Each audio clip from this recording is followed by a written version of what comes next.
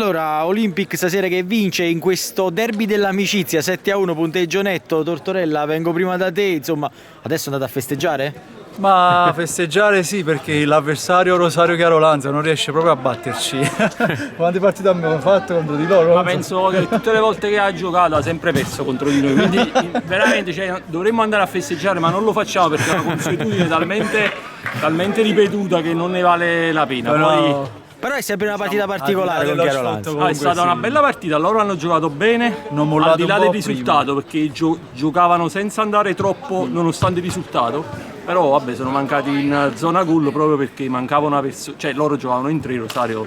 Ma parliamo un attimo di questo torneo. Avete perso contro i ragazzi del Cumo, però ora siete tornati insomma alla grande. Diciamo che è stato solo un episodio contro il Cumo. Ma diciamo che mancava una delle pedine più importanti, perché oggi i ragazzi ci devono supportare. Noi siamo, di là del portiere, siamo anche ultra perché... quarantenni e cinquantenni, quindi diciamo avere Michele in squadra aiuta.